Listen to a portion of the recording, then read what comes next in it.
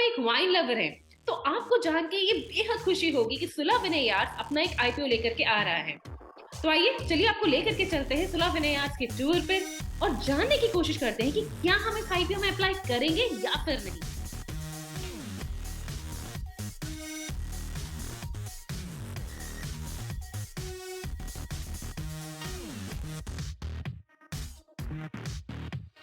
Hello everyone, I'm Apurva Bhatnagar. Welcome to our channel Learn to Save with Apurva. तो आइए सबसे पहले तो जानते हैं कि आखिर कंपनी करती क्या है।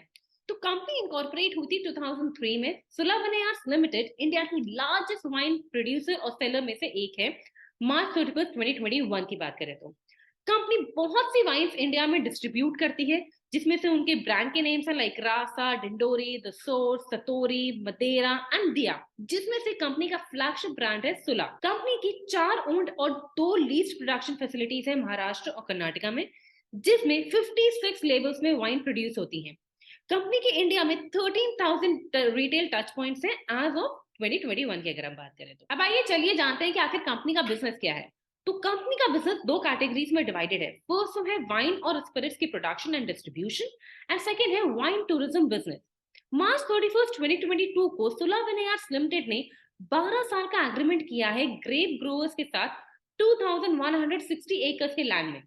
कंपनी के मार्च 31 2022 तक में 47 distributors, 10 corporations, 23 licensed resellers, 7 company depots, 4 defence units, 23,000 से भी ज्यादा पॉइंट ऑफ सेल, 130 से भी ज्यादा परमानेंट एम्प्लॉयज हैं। अब आइए जानते हैं कि आखिर रिस्क अटैच्ड क्या है कंपनी के साथ।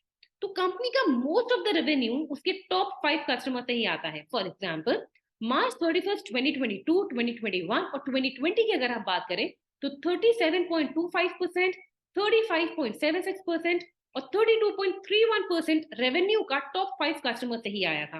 एंड हम ये देख भी सकते हैं कि ये डिपेंडेंसी जो इनके टॉप 5 कस्टमर्स पर इनकी है कंपनी की, वो बढ़ती ही जा रही है। एंड इन केस कोई भी एक कस्टमर कंपनी से मिस होता है या फिर उनको छोड़ के जाता है, तो वो कंपनी के बिजनेस और इंटरनल फाइनेंशियल कंडीशन को एडवर्सली इफेक्ट कर सकता है। Next, deputy registrar of companies Maharashtra ने कंप्लेंट फाइल करी थी जुलाई 1 2021 को कंपनी, उनके प्रमोटर्स और कुछ इंडिविजुअल्स जो कंपनी के बोर्ड ऑफ डायरेक्टर्स में अपॉइंट किए हुए थे उनके अगेंस्ट में। कंप्लेंट अभी तक रिजॉल्व नहीं हुई है and in case order company के फेवर में भी आता है तो श्योरिटी नहीं है कि पेनाल्टी नहीं लगेगी। एंड इन केस फेवर में नहीं आता है तो कंपनी के साथ साथ उनके डायरेक्टर्स को भी पेनाल्टीज लग सकती है। एंड ये सब कंपनी की ब्रांड रेपुटेशन, बिजनेस और फाइनेंशियल कंडीशन सभी को नेगेटिवली इंपैक्ट कर सकता है। नेक्स्ट, सितंबर 2022-2020 को कंपनी में एक रैंसमवेयर अटैक हुआ था। तो कंपनी ने उसमें सेम डे ही आइडेंटिफाई उसे कर लिया था और कोई भी उन्हें फाइनेंशियल लॉस नहीं हुआ था। बट इन फ्यूचर अगर कोई भी ऐसा रैंसमवेयर अटैक कंपनी के ऊपर होता है तो कंपनी की फाइनेंशियल कंडीशन और बिजनेस और ब्रांड रेपुटेशन सभी नेगेटिवली इंपैक्ट हो सकते हैं। नेक्स्ट, कंपनी ने अभी तक फॉर्म 2 फाइल नहीं किया है रजिस्ट्रार ऑफ कंपनीज में। दो अभी तक कोई लीगल प्रोसीडिंग्स नहीं हुई है कंपनी के अगेंस्ट में, बट इन फ्यूचर में कोई भी लीगल एक्शन लिया जाता है तो वो कंपनी की अगेन ब्रांड रेपुटेशन, बिजनेस और फाइनेंशियल कंडीशन को एडवर्सली इफेक्ट कर सकता है। अब आइए जानते हैं कि आखिर कंपनी के फाइनेंशियल्स क्या है। तो जैसे आप हमारी स्क्रीन पे देख सकते हैं, टोटल एसेट्स हमें कम होते हुए नजर आए हैं। टोटल रेवेन्यू की अगर हम बात करें तो भी हमें कम होता हुआ नजर आया है। अगर हम बात करें प्रॉफिट आफ्टर टैक्स की तो वो हमें बढ़ता हुआ नजर आया है। ईपीएस भी बढ़ा है, रिटर्न ऑन इक्विटी भी बढ़ा है, डेट टू इक्विटी रेशियो की अगर हम बात करें तो वो कम हुआ है। Return on capital employed that is ROCE की वैल्यू बढ़ी है एंड रिटर्न ऑन नेटवर्थ भी बढ़ा है।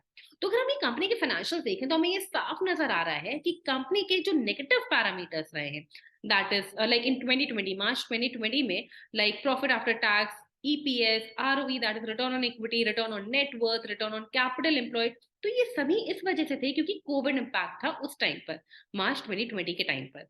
बट अब अगर हम बात करें मार्च 2020 से मार्च 2022 को कंपेयर करने की, तो भी इनके टोटल एसेट्स और टोटल रेवेन्यू हमें कम होते हुए नजर आए हैं।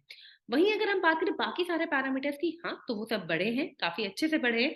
अब अगर हम यहीं पे आरओई और आरओसी की अगर हम बात करें तो आरओई हमें नजर आ रहा है that is return on equity हमें कुछ 20% से कम होता हुआ नजर आ रहा है। दैट मींस कंपनी अपने इन्वेस्टमेंट से जो इनकम जनरेट करने की जो कैपेबिलिटी होती है वो अच्छे से नहीं है कंपनी की। दैट मीन्स वो कंपनी इन्वेस्टमेंट से इनकम जनरेट नहीं कर पा रही है बहुत ही अच्छे से। अगर हम वही बात करें रिटर्न ऑन कैपिटल एम्प्लॉयड की, तो वो 20% से ऊपर है। दैट मीन्स कि कंपनी अपने प्रॉफिट्स को री-इन्वेस्ट कर रही है हायर रिटर्न्स के लिए, जो एक अच्छा साइन नज़र आ रहा है। अब अगर हम कंपनी के फाइनेंशियल्स को देखें, तो हमें ये साफ नज़र आ रहा है कि कंपनी के जो नेगेटिव पैरामीटर्स हमें नज़र आ रहे हैं मार्च 2020 के टाइम पर, लाइक आपका प्रॉफिट आफ्टर टैक्स हो गया, ईपीएस हो गया, return on equity, return on capital employed और रिटर्न ऑन नेट वर्थ, तो ये सभी इसलिए थे क्योंकि कोविड का इम्पैक्ट था उस टाइम पर। बाकी अगर हम पैरामीटर्स को कंपेयर करें लाइक मार्च 2020 से मार्च 2022 को, तो हमें ये साफ नजर आ रहा है कि टोटल एसेट्स और टोटल रेवेन्यू हमें कम होता हुआ नजर आ रहा है। बाकी सभी पैरामीटर्स हमें इंक्रीज होते हुए ही नजर आ रहे हैं। दो डेट टू इक्विटी रेशियो कम हुआ है, वो एक अच्छा साइन है। दैट मीन्स कि कंपनी के ऊपर जो डेट, जो वो लाइबिलिटीज होती है, वो कम होती हुई हमें नजर आ रही है। बाकी अगर हम बात करें रिटर्न ऑन इक्विटी और रिटर्न ऑन कैपिटल एम्प्लॉयड की, तो रिटर्न ऑन इक्विटी हमें 20% से कम है नजर आ रहा, जो हमें कम होता हुआ नजर आ रहा है 20% से। दैट मीन्स कि कंपनी अपने इन्वेस्टमेंट से जो इनकम जनरेट होती है वो बहुत अच्छे से नहीं कर पा रही है। बाकी अगर हम बात करें रिटर्न ऑन कैपिटल एम्प्लॉयड की, तो वो 20% से ऊपर है। दैट मीन्स कंपनी अपने प्रॉफिट से, जो प्रॉफिट्स है कंपनी के, वो री इन्वेस्ट कर पा रही है हायर रिटर्न्स के लिए, जो एक बहुत ही अच्छा साइन है। अब वही अभी हमने आपको बता ही दिया डेट टू इक्विटी रेशियो की, कि डेट टू इक्विटी रेशियो हमें हर साल कम होता हुआ नजर आ रहा है। एट प्रेजेंट वो 0.5 है, जो कि एक अच्छा साइन है। अब आइए कंपनी को कंपेयर करते हैं उसकी पेयर कंपनीज के साथ। तो यहाँ हमने सुलह विनायक को उसकी दो पेयर कंपनीज के साथ कंपेयर किया है। फर्स्ट तो है United Spirits Limited and second है रेडियो खैतान लिमिटेड। तो आइए सबसे पहले तो देखते हैं कि दोनों कंपनीज का टोटल रेवेन्यू क्या है। तो यूनाइटेड स्पिरिट्स लिमिटेड का 310.62 बिलियन का रेवेन्यू है। वही अगर बात करें रेडियो खैतान की, तो वो 124.71 बिलियन है। बात करें अगर हम सुलह विनायक की, तो वो 4.54 बिलियन की है। अगर हम बात करें पीई की, तो वो 69.07 है यूनाइटेड स्पिरिट्स का, 45.94 है रेडियो खैतान लिमिटेड का। और वहीं अगर हम सुलह विनायक की बात करें, तो वो है 54.67। अब अगर हम बात करें ईपीएफ की, तो वो 11.68 है यूनाइटेड स्पिरिट्स का, 19.70 है रेडियो खैतान का। अगर हम बात करें सुलह विनायक की, तो वो है 6.53। अगर हम बात करें एनएवी की, that is net asset value की, तो 67.09 है यूनाइटेड स्पिरिट्स का, 13.18 है रेडियो खैतान का, और 55.34 है सुलह विनायक का। अगर हम बात करें रिटर्न ऑन नेटवर्थ की, वो 16.63 है यूनाइटेड स्पिरिट्स का, 149.46 है रेडियो खैतान का, और 11.45 है सुलह विनायक का। तो पीयर्स की परफॉर्मेंस को देखते हुए, कंपनी मार्केट लीडर होते हुए भी कंपनी के जो पैरामीटर्स है वो अपने पीयर कंपनीज के मुकाबले काफी हमें कम, या फिर कहें तो कमजोर नजर आ रहे हैं। अब बात करते हैं इंडस्ट्री ट्रेंड्स की। तो इंडिया टॉप इकोनॉमीज में से है जब अगर हम बात करते हैं अल्कोहल ग्रोइंग मार्केट की। आज इन 2000 में per capita pure alcohol consumption की जो वैल्यू थी वो थी 0.9 लीटर्स, जो कि बढ़कर हुई 3 लीटर्स इन 2015 में। इंडिया में अगर हम बात करें, तो करीब 33% ऐसे लोग हैं जो कि ड्रिंक करते हैं, जो बढ़ करके 39% होने की उम्मीद है बाय 2025, जो कंपनी के लिए अगर हम बात करें तो एक अच्छा साइन है। अब आइए बात करते हैं ऑब्जेक्ट्स ऑफ द इशू की। तो कंपनी का ऑफर फॉर सेल का कुछ भी पोर्शन कंपनी को नहीं जाएगा, वो सारा का सारा शेयर होल्डर्स को जाएगा, जो कि अपने शेयर सेल आउट कर रहे होंगे। अब आइए डिस्कस करते हैं कंपनी के प्रॉस एंड कॉन्स। तो आइए सबसे पहले देखते हैं कंपनी के प्रॉस। तो कंपनी का मार्केटिंग एक्सपेंडिचर हमें कम होता हुआ नजर आ रहा है 2020 से 2022 तक में। आज मार्च 31 2022, 2021 और 2020 की अगर हम बात करें, तो मार्केटिंग एक्सपेंडिचर 47.84 मिलियन था, फिर 41.94 मिलियन था, एंड 2020 में 86.49 मिलियन था। तो अगर हम चेक करें, तो वो 86.49 मिलियन से 47.84 मिलियन होता हुआ हमें नजर आया। दैट मीन्स करीब करीब हाफ। तो काफी अच्छा हमें ये साइन नजर आ रहा है। अगर हम कंपनी की क्रेडिट रेटिंग की बात करें, तो एज पर आईसीआरए कंपनी की ए रेटिंग है। That is ICRA A rating है for long term facilities, long term banking facilities. और अगर हम बात करें शॉर्ट टर्म बैंकिंग फैसिलिटीज की, तो वो आईसीआरए ए1 है, जो कि एक अच्छा साइन हमें नजर आ रहा है। अब आइए डिस्कस करते हैं कंपनी के कॉन्स के बारे में। तो कंपनी, उसकी सब्सिडरीज, प्रमोटर्स और डायरेक्टर्स सभी के अगेंस्ट एक लीगल प्रोसीडिंग्स चल रही हैं। तो लाइक अगर हम अभी कंपनी के ओवरऑल परफॉर्मेंस को देखें, लाइक अगर हम कंपनी के financial pros and cons, risk attached, industry trends, peer comparison, अगर हम इन सभी को देखें, तो कंपनी हमें फंडामेंटली बहुत स्ट्रॉन्ग तो नहीं कहेंगे, बट हाँ हमें स्ट्रॉन्ग नजर आ रही है। एज़ अगर हम बात करें कंपनी के प्रॉफिट जनरेशन की, तो कंपनी प्रॉफिट अच्छा जनरेट कर पा रही है, उसे रीइन्वेस्ट कर रही है फॉर हायर प्रॉफिट जनरेशन।